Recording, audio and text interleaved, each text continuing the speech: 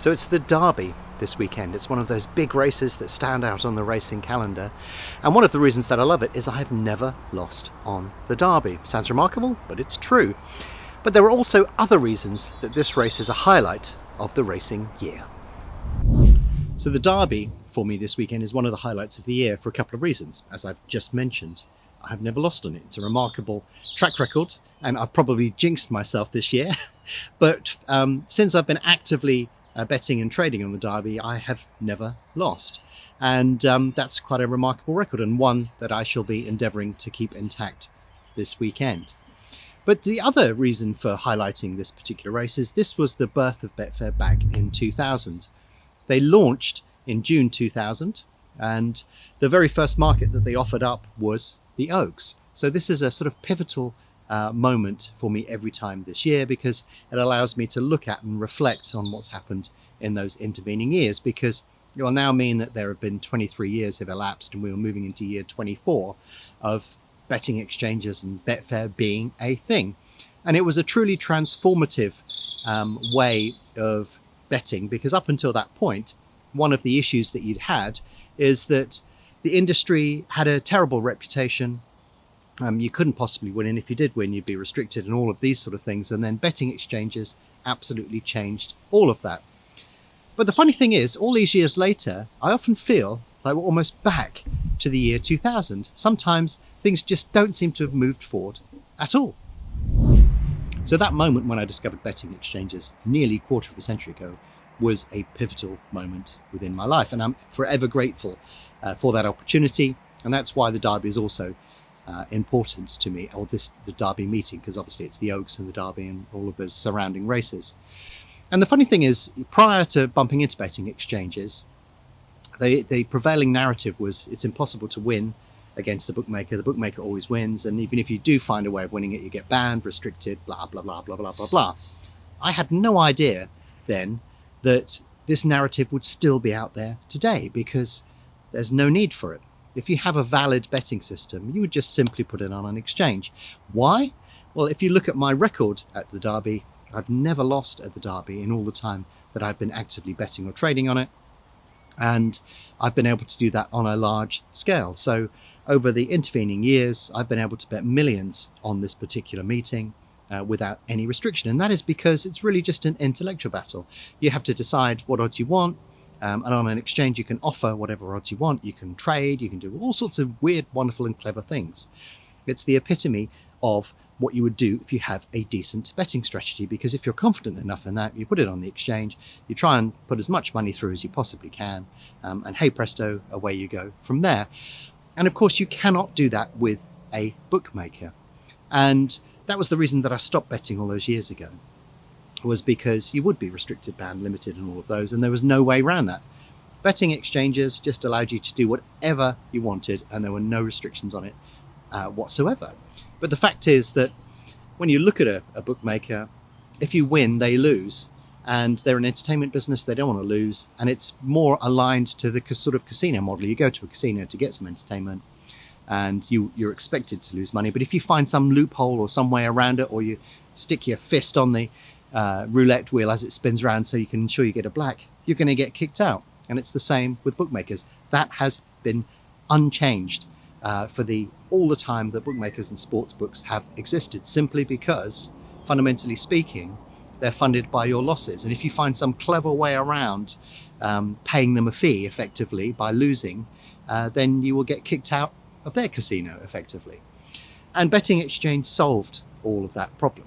And suddenly you had this platform where it was just you against other people, and if you were better, you would make money. There was no incentive for the exchange to close you down. And that point arrived 25 years ago. But remarkably, the same narrative that we had 20 or so years ago is still the same one that I'm seeing out there today. So the big question is, why is that still the case? So there's a lot of talk around at the moment about whether AI will dominate the species and wipe us out as humans. And I can give you an answer to that. Yes, it will. Because fundamentally speaking, people are their own worst enemy. It seems very, very difficult at times to get anybody to agree on anything. And I remember experiencing this within companies when you say to people, well, this makes perfect sense and we need to do this. And then people go, but. So it's always been a point of frustration for me and many other people that do what I do, that people just cannot see what the opportunity is. And I remember doing an interview and I just basically explained everything that I did. And the answer that came back was, well, so who's going to win then? And it's like, you've completely failed to understand what I'm going on about. And the interesting thing is that has been amplified by social media. People want tips, winners, blah, blah, blah, blah, blah, blah, blah. That when you look at social media and all of these things, they're just focused on those quick dopamine hits that, I'll just do this guy's going to win, do that, whatever. And that has massively amplified in recent years to the point where I think it's crushed some of that incentive to talk about things that are slightly more complex.